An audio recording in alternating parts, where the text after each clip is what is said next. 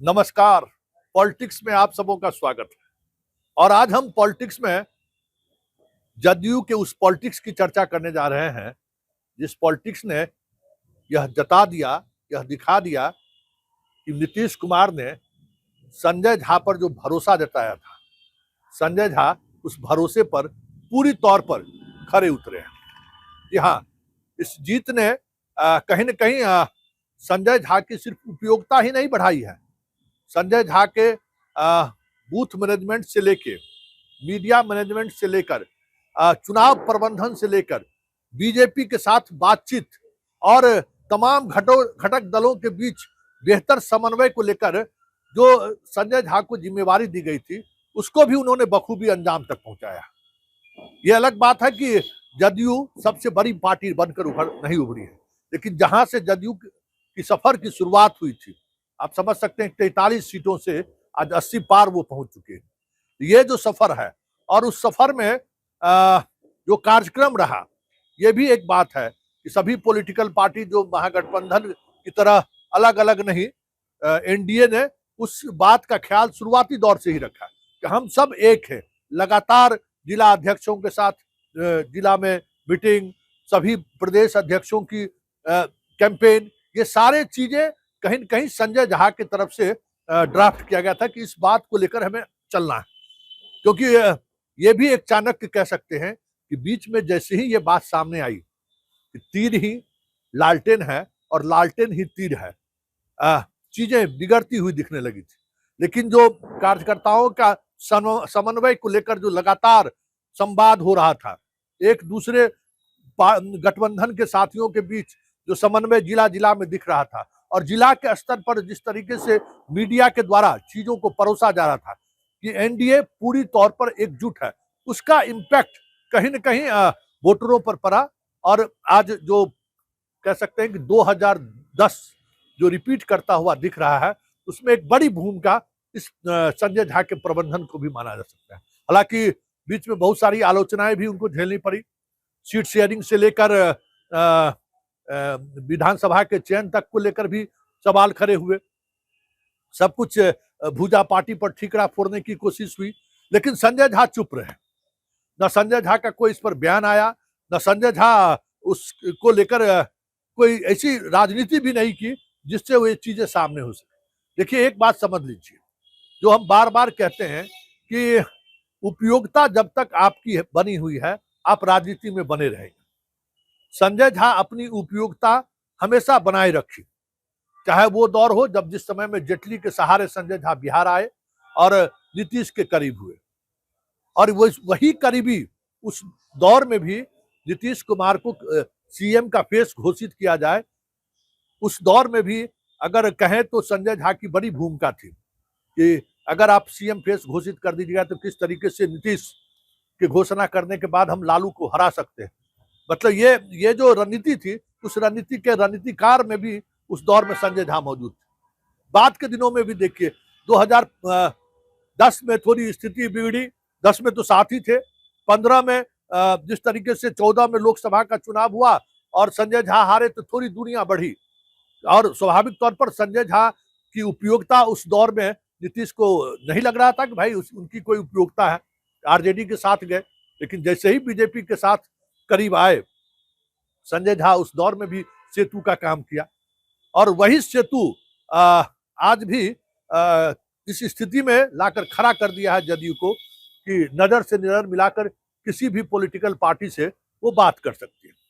आज कहां 43 और आज कहां 80 पार, कल 43 और आज 80 पार।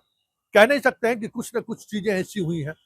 राजनीतिक रूप से जो विशेषज्ञ हैं, जो बिहार की राजनीति पर पैनी नजर रखते हैं, देखिए साइलेंट प्रचार हुआ जदयू की तरफ से, कोई हो हंगामा नहीं। आप देख सकते हैं पूरे उम्मीदवारों को चयन को लेकर देखिए, तमाम पॉलिटिकल पार्टी में उम्मीदवारों को चयन को लेकर किस तरीके से हंगामा बरपा, लेकिन जदयू जिस तरीके से उम्मीदवारों का चयन किया,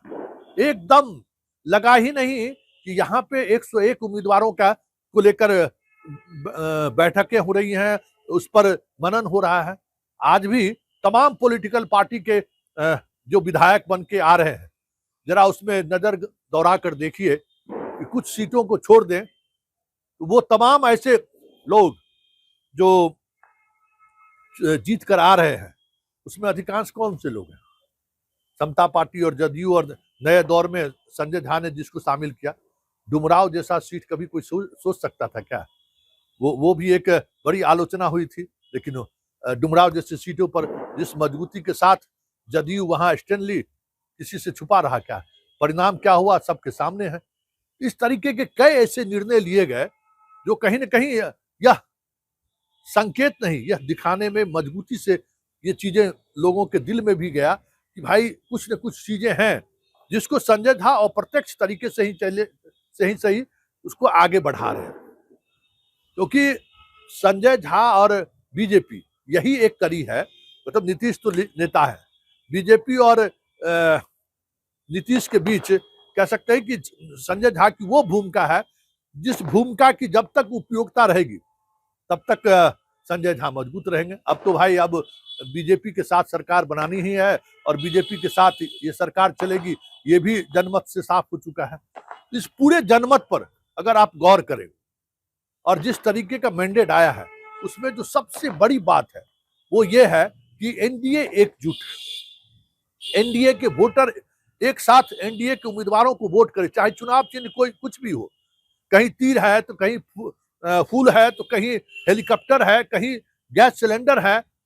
अलग कहीं हम का प्रत्याशी है, कड़ाही है। तो ये अलग अलग चुनाव चिन्ह होने के बावजूद भी हम सब एक है, ये संदेश देने में और ये संदेश जनता तक कैसे पहुंचे, इसमें संजय झा की बड़ी भूमिका रही। जदयू के अंदर भी एक दौर में ये चीजें सामने बड़ी मजबूती से आनी शुरू हो गई थी, कुछ चर्चाएं भी होने लगी थी उस पॉलिटिक्स की जिस पॉलिटिक्स के हिमायती समाजवादी लोग हैं कि भाई अब बहुत हो गया, अब हमें फ्रंट पे आना चाहिए, हम लोग जो लोग हैं उनको इस तरीके की राजनीति से थोड़ी दूरी बनानी चाहिए। लेकिन उस चुनाव के दौरान, लेकिन उस स्थिति में भी जहां बहुत मुश्किल था चीजों को संभालना, एक सवर्ण नेता होने का एक जो खामियाजा भुगतना पड़ सकता था, वो उस स्थिति में पार्टी पहुंच गई थी। फिर भी संजय झा पूरे धैर्य के साथ डटे रहे और उनका ये दृढ़ निश्चय कि नहीं, हमारे जो एनडीए गठबंधन को हमने जो मजबूती से खड़ा किया है वो उसका अंजाम तक चीजें सामने होनी चाहिए। तो आज जो ये परिणाम है 200 पार, उसमें अगर आप कहेंगे तो चाणक्य के तौर पर खास करके जदयू के रणनीतिकार जो लोग हैं उसमें चाणक्य के तौर पर संजय झा स्थापित होते हुए तो दिख ही रहे हैं, क्योंकि उन्होंने वो कर दिखाया जो शायद जदयू के किसी नेता से संभव भी नहीं था। बीजेपी के साथ लोकसभा चुनाव में क्या सीटों को बंटवारे को लेकर, फिर विधानसभा में बराबरी में 101,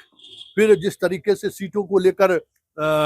विवाद हुआ उसमें जो स्टैंड पार्टी की तरफ से ली गई और उस दौरान संजय झा पर कई तरह के हमले हुए, लेकिन संजय झा नीतीश के साथ डटे रहे और उन्होंने कहा भी कि सवाल ये नहीं है, सवाल सब कुछ नीतीश तय करते हैं, हम उसके वाहक हैं। तो जो एक वाहक की जो भूमिका होती है,